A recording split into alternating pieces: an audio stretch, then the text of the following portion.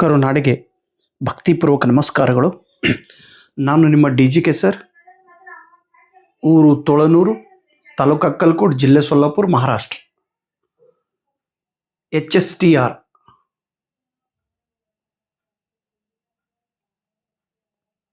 ಪರೀಕ್ಷೆ 2026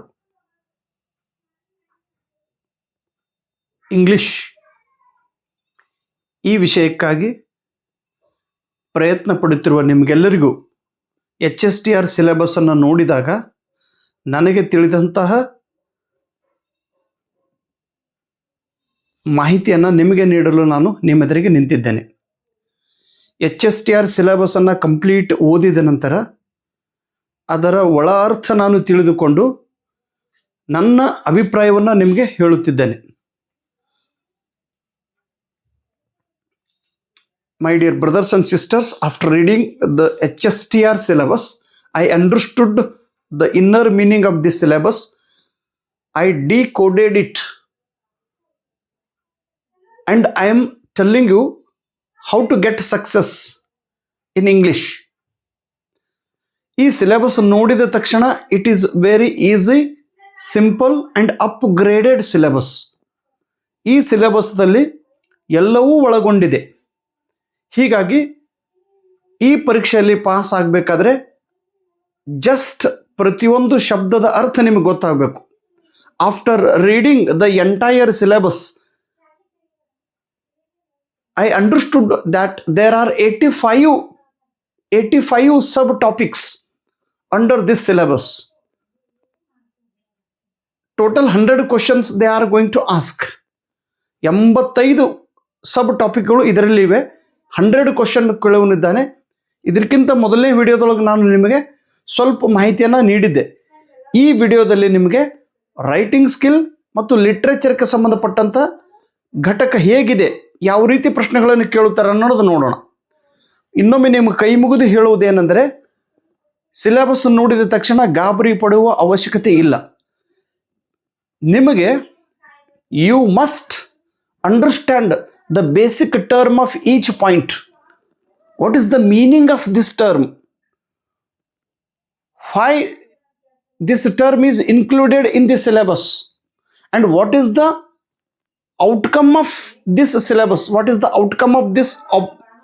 What is the outcome of this point? Writing skill dalli the subtopic is common errors in writing. Identifying and correcting errors. Cohesive devices. ಏನು ಕೇಳ್ತಾನೆ ಇದರೊಳಗೆ, ಒಂದು paragraph ಕೊಟ್ಟಿರ್ತಾರೆ ಅವರು. Okay, ಒಂದು 5 ಲೈನ್ದು ಒಂದು ಪ್ಯಾರಾಗ್ರಾಫ್ ಅಥವಾ 7 ಲೈನ್ದು ಒಂದು ಪ್ಯಾರಾಗ್ರಾಫ್. ಆ ಪ್ಯಾರಾಗ್ರಾಫ್ದಲ್ಲಿ ತಪ್ಪು ಅಲ್ಲಲ್ಲಿ ಕೆಲವು ತಪ್ಪುಗಳನ್ನು ಕೊಟ್ಟಿರ್ತಾರೆ. Identify that error, identify that mistake. ಆಮೇಲೆ ಅದನ್ನು ಯಾವ ರೀತಿ ಕರೆಕ್ಟ್ ಮಾಡಬೇಕು, ಎಡಿಟ್ ಮಾಡಬೇಕು ಅನ್ನೋದು ನಿಮಗೆ ಗೊತ್ತಾಗಬೇಕು. ಆಮೇಲೆ ಈ ವಾಕ್ಯದೊಳಗೆ ಕನೆಕ್ಟಿಂಗ್ ವರ್ಡ್ಸ್ ಯಾವುಗಳನ್ನು ನಾವು ಯೂಸ್ ಮಾಡಬೇಕು ಅನ್ನೋದನ್ನು ನೋಡೋಣ. Cohesive words, cohesive devices. So what kind of mistakes are mentioning in the paragraph? Article ಬಗ್ಗೆ ಎ ಆ್ಯಂಡ್ ದಿ ತಪ್ಪನ್ನು ಕೊಡುತ್ತಾರೆ ಅವರು ನಿಮಗೆ. ಸ್ಪೆಲ್ಲಿಂಗ್ಗಳನ್ನು ತಪ್ಪು ಮಾಡಿ ಕೊಡುತ್ತಾರೆ.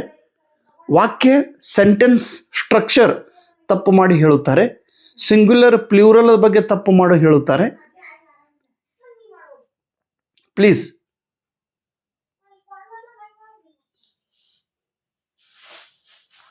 ಅಥವಾ ಆಕ್ಟಿವ್ ವಾಯ್ಸ್, ಪ್ಯಾಸಿವ್ ವಾಯ್ಸ್, ವಯಸ್ಸದ ಬಗ್ಗೆ ಅವರು ತಪ್ಪನ್ನು ಹೇಳುತ್ತಾರೆ.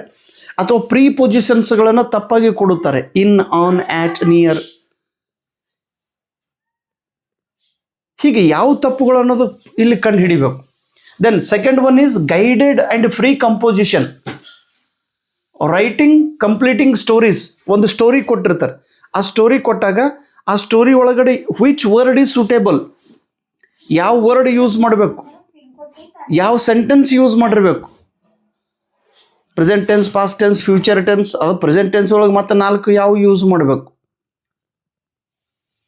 ವರ್ಬ್ದೊಳಗೆ ಏನು ಪ್ರೆಸೆಂಟ್ ವರ್ಬ್ ಯೂಸ್ ಮಾಡಬೇಕು, ಅಥವಾ ಸಿಂಪಲ್ ಪಾಸ್ಟ್ ಯೂಸ್ ಮಾಡಬೇಕು, ಅಥವಾ ಪಾಸ್ಟ್ ಪಾರ್ಟಿಸಿಪಲ್ ಯೂಸ್ ಮಾಡಬೇಕು, ಅಥವಾ ಆಕ್ಸಿಲರಿ ವರ್ಬ್ ಯಾವ್ದು ಯೂಸ್ ಮಾಡಬೇಕು, ಮಾಡಲ್ ಆಕ್ಸಿಲರಿ ವರ್ಬ್ ಯಾವ್ದು ಯೂಸ್ ಮಾಡಬೇಕು ಇಲ್ಲಿ. ಅಥವಾ ಅವರು ಒಂದು ಚಿತ್ರ ಕೊಟ್ಟಿರ್ತಾರೆ, ಆ ಚಿತ್ರ ನೋಡಿ you can complete the story.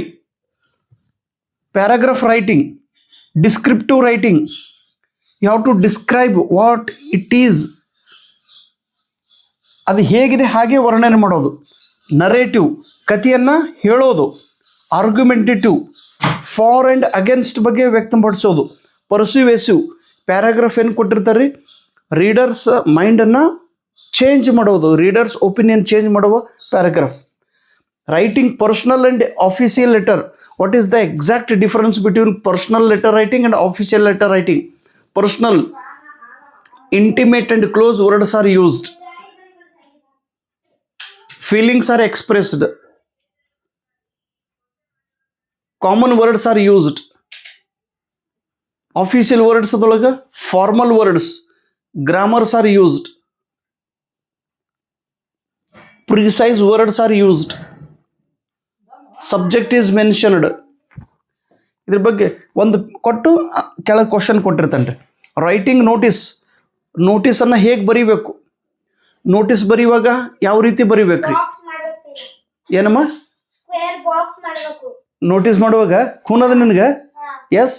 ಹಾ, ಬಾಕ್ಸ್ ಮಾಡಿ ಅದ್ರ ಪೈಲ ಯಾವದ ಇರ್ತದ ಅದ್ರ ಹೆಸರು ಹಾಕೋದು, ಮತ್ತ ಸ್ಕೂಲ್ ಪಿಕ್ನಿಕ್ ರೆ ಏನಾರ ಇರ್ತದ ಅಲ್ಲಿ ಹಾಕೋದು. Okay, good. ಮತ್ತ ಅದ್ರಾಗ ಡೇಟ್ ಹಾಕೋದು. Very good.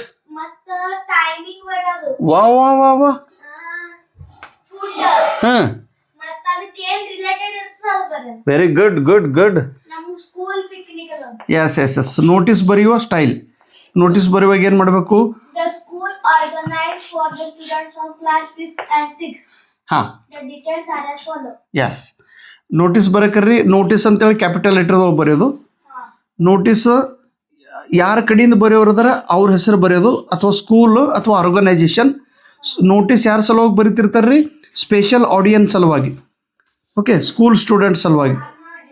Then small words, precise words are used, short words are used, formal words are used, brief words are used. ನಿಮ್ಮ ಬುಕ್ದೊಳಗೆ ಅದ ಏನು? ಹಾಂ, ಇದು ಕಂಪ್ಲೀಟ್ ಡೀಟೇಲ್ ಎಕ್ಸ್ಪ್ಲೇನ್ ಮಾಡೋ ಟೈಮ್ದಾಗ ಅವ್ರಿಗೆ ತೋರಿಸೋಣ ಅಂತ.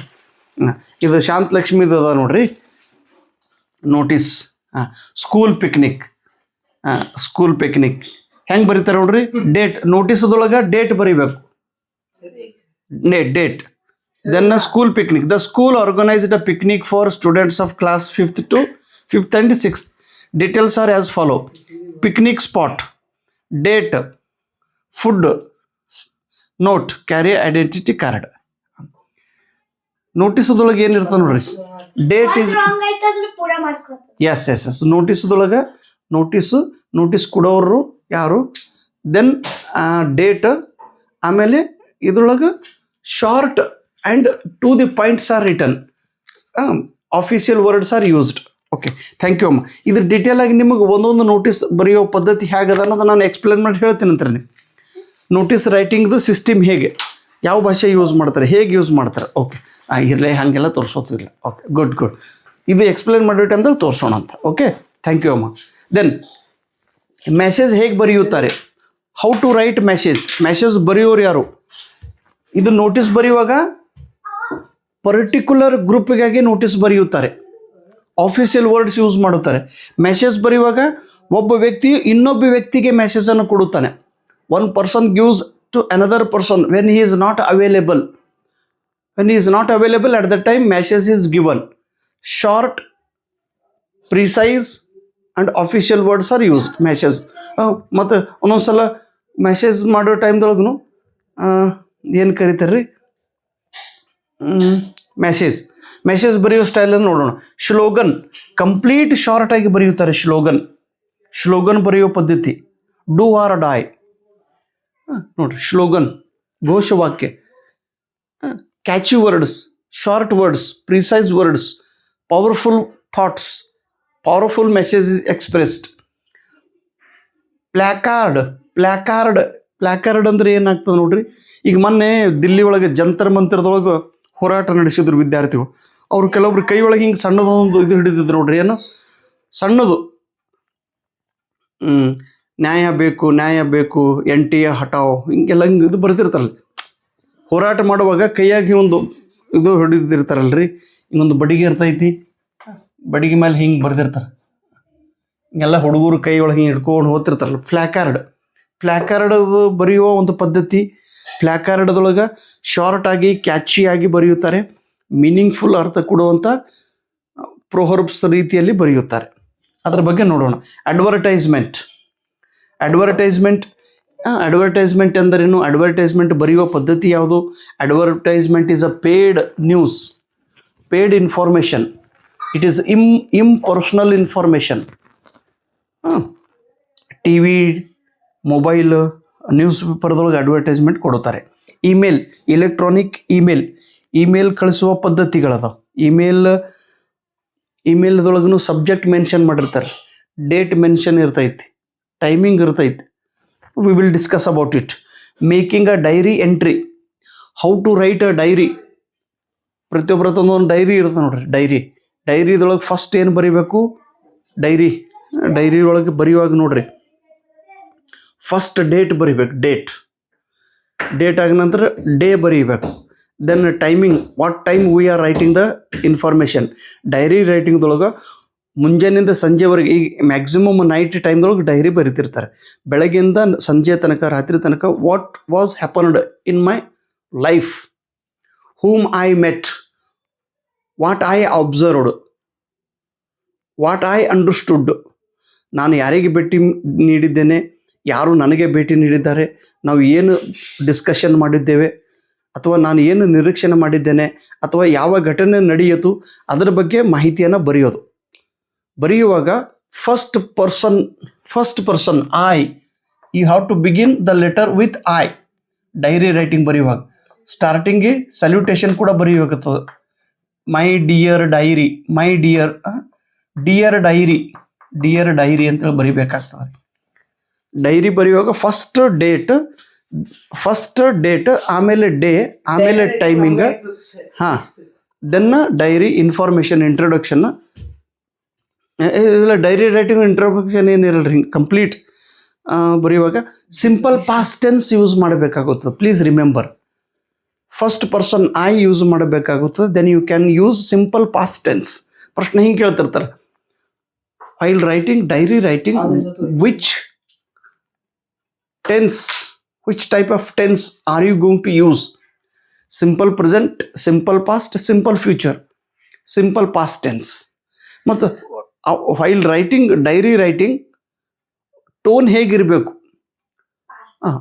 ಯಾವ ರೀತಿ ಟೋನ್ ಇರಬೇಕು, ಅಥವಾ ಏನು ಎಕ್ಸ್ಪ್ರೆಸ್ ಮಾಡಬೇಕು. Personal feelings are expressed. Tone are subjective, ನನಗೇನು ಅನಿಸ್ತೋ ಅದ್ರ ಬಗ್ಗೆ ನಾನು ವ್ಯಕ್ತಪಡಿಸೋದು. ಆಮೇಲೆ ಇದು ಡಿಸ್ಕಷನ್ ಮಾಡೋದು ಹೇಳೋಣ. ರೈಟಿಂಗ್ ಎಸೆ ರೈಟಿಂಗ್ ಹೇಗೆ ಮಾಡೋದು, ನಿಬಂಧ ಲೇಖನ ಬರೆಯುವ ಹೇಗೆ, ಇಂಟ್ರೊಡಕ್ಷನ್, ಮಿಡಲ್, ಎಂಡಿಂಗ್. ಮತ್ತು ಎಸೆ ರೈಟಿಂಗ್ದೊಳಗೆ again there are types of essay ರೈಟಿಂಗ್ದೊಳಗೂ ಬರ್ತದೆ. ಅವು ಟೈಪ್ಸ್ ಅದ, ಅದ್ರ ಬಗ್ಗೆ ನೋಡೋಣ. ಆರ್ಟಿಕಲ್ ಎಂದರೇನು? ಹೌ ಟು ರೈಟ್ ಆರ್ಟಿಕಲ್ ಬರೆಯುವಾಗ ನ್ಯೂಸ್ ಪೇಪರ್ಗೆ ನಾವು ಒಂದು ಸುದ್ದಿ ಕಳಿಸಿರ್ತೇವೆ ರೀ, ಒಬ್ಬ ಎಡಿಟರ್ಗೆ ಸುದ್ದಿಯನ್ನು ಕಳಿಸಿರ್ತೇವೆ ನಾವು, ನಿಮ್ಮ ಪತ್ರಿಕೆದೊಳಗೆ ಇದನ್ನು ಪ್ರಕಟ ಮಾಡಿರ್ತೇವೆ. ಅಥವಾ ನ್ಯೂಸ್ ಪೇಪರ್ದೊಳಗೆ one article is published, okay, one news is published. ಆ ಆರ್ಟಿಕಲ್ ಬರೆಯುವಾಗ ದೆನ್ ವಾಟ್ ಟೈಟಲ್ ಕೊಟ್ಟಿರ್ತಾರೆ, that is title. Then again ಆ ಟೈಟಲ್ ಕೆಳಗೆ ಬೈಲೈನ್ ಇರ್ತದೆ, ಬೈಲೈನ್. ಇದು ಪರೀಕ್ಷೆದೊಳಗೆ ಪ್ರಶ್ನೆ ಕೇಳಿದ್ರು ಒಂದ್ಸಲ. What is mean by byline? Byline means who wrote this article. Article ಬರೆದಂತೆ ವ್ಯಕ್ತಿ ಹೆಸರು, name of the author, name of the person who published this story, who wrote this article. Profile ಒಬ್ಬ ವ್ಯಕ್ತಿ ಚಿತ್ರಣ, ಪ್ರೊಫೈಲ್. ಕ್ಯಾಚಿ ವಿಶೇಷ ಅಂದ್ರೆ in profile they focused on particular skill of the person. Powerful dominant trait of the person is mentioned here. Report writing ಮಾಡುವಾಗ what happened, the same information, factual information is presented. It is called report writing. ಏನು ನಡೆದಿರ್ತೋ ಅದನ್ನೇ ಹೇಳೋದು, ಅದರಲ್ಲಿ extra ಏನು ಹೇಳೋ ಅವಶ್ಯಕತೆ ಇಲ್ಲ. Then ಲಿಟ್ರೇಚರ್ದೊಳಗೆ ಎಕ್ಸ್ಟ್ರಾಕ್ಟ್ ಆ್ಯಂಡ್ ಪ್ರೋಹರ್ಬ್ಸ್. ಎಕ್ಸ್ಟ್ರಾಕ್ಟ್ ಇದರರ್ಥ ನೋಡ್ರಿ, ಅತಿ ಫೇಮಸ್ ನಾವೆಲ್ ಒಳಗಿಂದು ಅಥವಾ ಕಾದಂಬರಿದೊಳಗಿಂದು ಒಂದು ಪ್ಯಾರಾಗ್ರಾಫ್ ಕಟ್ ಮಾಡಿ ಕೊಡುತ್ತಾರೆ. ಪ್ಯಾರಾಗ್ರಾಫ್ ಅದನ್ನು ನಾವು ಓದಿ ಅರ್ಥ ಮಾಡ್ಕೊಳ್ಳೋದು. Extract, it is called extract. Extract ಕೆಳಗೆ ಕ್ವಶನ್ ಅನ್ನು ಕೊಡುತ್ತಾರೆ, ಆ ಕ್ವಶನ್ ಆನ್ಸರ್ನ ಹುಡುಕಬೇಕು. For example, ಮಾತಾಡ್ಬೇಡಮ್ಮ. ಎಕ್ಸ್ಟ್ರಾಕ್ಟ್ದೊಳಗೆ ನೋಡ್ರಿ, ಈಗ SL ಭೈರಪ್ಪನವರು ಕಾದಂಬರಿಯೊಳಗೆ ಎಕ್ಸ್ಟ್ರಾಕ್ಟ್ ಹೊರಗೆ ತೆಗೆಯೋದು. ಆಮೇಲೆ ದ ರಾ ಬೇಂದ್ರೆ ಅವ್ರದ್ದು ಕಾದಂಬರಿದೊಳಗೆ ಒಂದು ಎಕ್ಸ್ಟ್ರಾಕ್ಟ್ ಹೊರಗೆ ತೆಗೆಯೋದು. ನಾಲ್ಕು ತಂತಿ. Yes, very good. Da Ra Bendre ಅವ್ರದ್ದು 4 ತಂತಿ. ಕುವೆಂಪು ಶ್ರೀ ರಾಮಾಯಣ ದರ್ಶನ. S, very good. ಕುವೆಂಪು ಅವ್ರದ್ದು.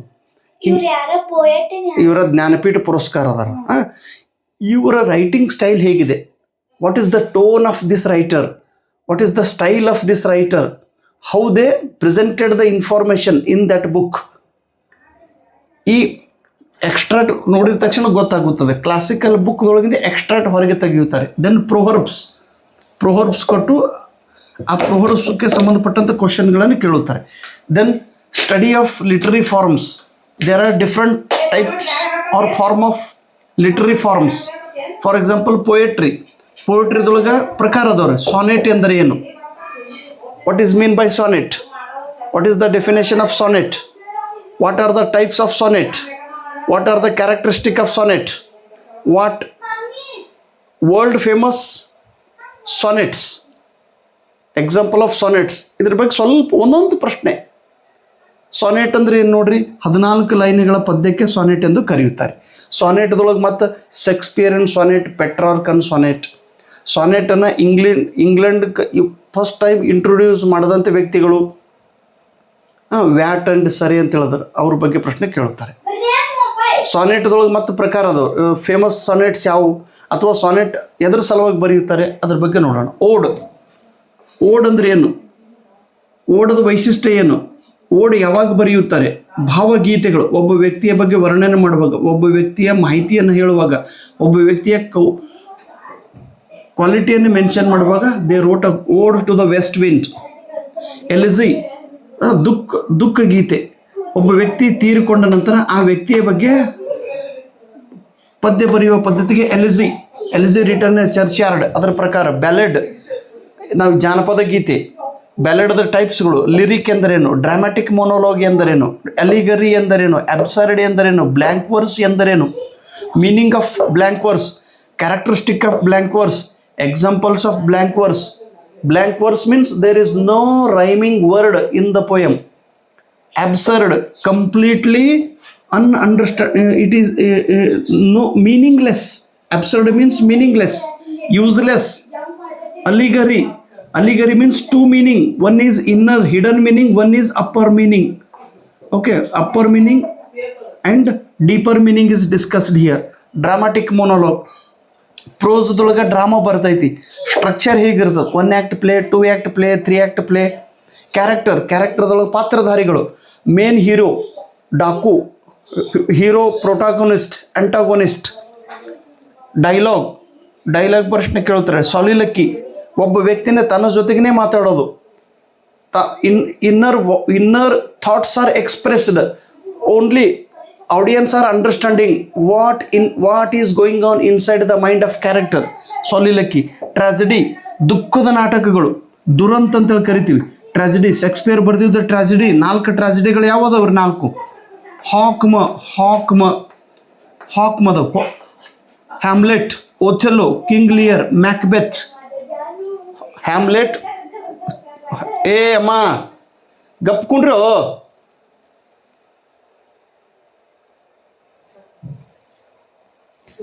ಅಲಿಗರಿ. ದೆನ್ ಕಾಮಿಡಿದೊಳಗೆ ಮತ್ತೆ ಪ್ರಕಾರ ಅದಾವ್ರಿ. ಅದ್ರ ಬಗ್ಗೆ ನಾವು ಚರ್ಚೆ ಮಾಡೋಣ. ಅಬ್ಸರ್ಡ್ ಅಂಡ್ ಟ್ರಾಜಿಕ್ ಕಾಮಿಡಿ, ಇದ್ರ ಬಗ್ಗೆ ನೋಡೋಣ. Fiction and non fiction. Fiction means fiction means imaginary story. Non fiction means ಒಬ್ಬ ವ್ಯಕ್ತಿಯ ಬಗ್ಗೆ ಮಾಹಿತಿ ಬರೆಯೋದು, ಒಂದು ಘಟನೆಯ ಬಗ್ಗೆ ಮಾಹಿತಿ ಬರೆಯೋದು. It is a true information. Author point of view, ಒಬ್ಬ ವ್ಯಕ್ತಿಗೆ ಹೇಗೆ ತಿಳಿಯುತ್ತದೆ ಹಾಗೆ. Author's point of view, writer ಯಾವ ಉದ್ದೇಶ ಇಟ್ಟುಕೊಂಡು ಹೇಳೋಣ ಅವನ ಪ್ರಕಾರ. ಸೆಟ್ಟಿಂಗ್, ಯಾವ ಬ್ಯಾಕ್ಗ್ರೌಂಡದಲ್ಲಿ ಸ್ಟೋರಿಯನ್ನು ಬರೆಯುತ್ತಿದ್ದಾರೆ. What is the atmosphere of that story, what is the mood or style of the story. Technique of prose we will discuss in detail. Okay, biographies and autobiographies. Biography, autobiography. Biography, you have to write the life story of other person, it is called biography. We are writing the life of Samuel Johnson. ಇನ್ನೊಬ್ಬ ವ್ಯಕ್ತಿಯ ಬಗ್ಗೆ ನಾವು ಮಾಹಿತಿ ಬರೆಯೋದು biography, ಜೀವನ ಚರಿತ್ರೆ. ಇನ್ನೊಬ್ಬ ವ್ಯಕ್ತಿಯ ಬಗ್ಗೆ ನಾವು 2 ಪರ್ಸನ್ ಬಯೋಗ್ರಫಿ, ಈ ವ್ಯಕ್ತಿದ ಮಾಹಿತಿ ಇವರು ಬರೆಯೋರು ಬಯೋಗ್ರಫಿ. ಎಷ್ಟು ಇಂಗ್ಲಿಷ್ ಲಿಟ್ರೇಚರ್ದೊಳಗೆ ಸಾಕಷ್ಟು ಫೇಮಸ್ ಬಯೋಗ್ರಫಿ ಅದು, ಅದ್ರ ಬಗ್ಗೆ ನೋಡೋಣ. Autobiography, a person he himself rights about his own story. ಜೀವನ ಚರಿತ್ರೆ, ಇಲ್ಲಿ ಇನ್ನೊಬ್ಬ ವ್ಯಕ್ತಿಯ ಜೀವನ ಬಯೋಗ್ರಫಿ.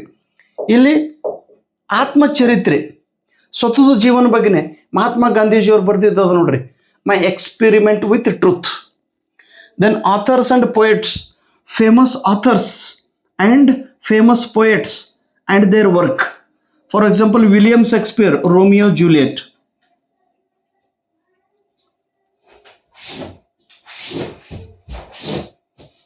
Canterbury Tales, Chaucer. ಹಿಂಗೆ ಫೇಮಸ್ ಒಂದು 20 ರೈಟರ್ ನೋಡೋಣ, ಅವ್ರ ವರ್ಕನ್ನು ನೋಡೋಣ. We will discuss in detail. Just here I narrated you, here I analyzed you the syllabus. Here we discussed the inner meaning of this syllabus. Here I made a decodation of this syllabus. Okay, so very soon I'm going to prepare a notes on this syllabus, because this syllabus is completely under my control.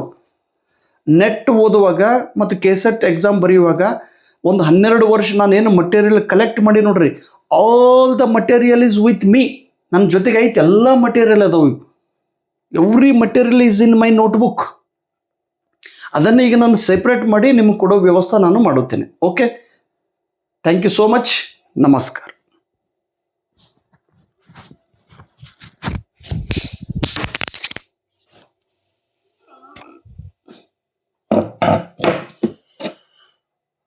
ಆಯ್ತಯ್ಯ ಬೀಳ್ತದೆ ಏನಪ್ಪ.